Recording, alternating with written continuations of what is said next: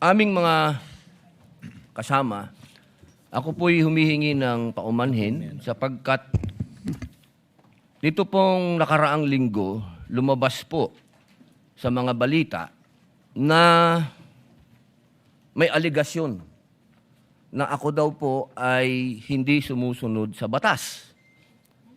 Ito po ay nakalulungkot para sa isang senador, sa isang senator judge, ang masabihan na hindi sumusunod sa batas.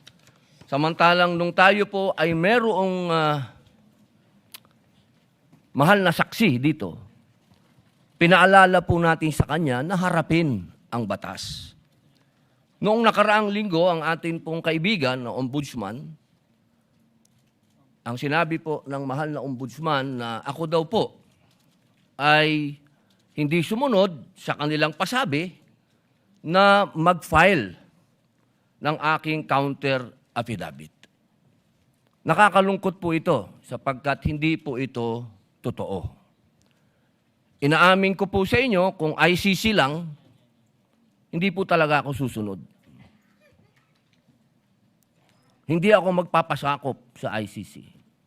Pero dahil ginagalang ko po ang ombudsman, dahil siya po ay aking kaibigan na itinuturing, dahil nagkaroon na po kami ng napakahabang kwentuhan sa aking opisina nung siya po ay kalihim ng hustisya, nag-file po kami. Ito po, hawak ko po ang original. Dahil sa akin po, importante ang original. Ito po ang original, nakalagay po dito. Nag-file ako.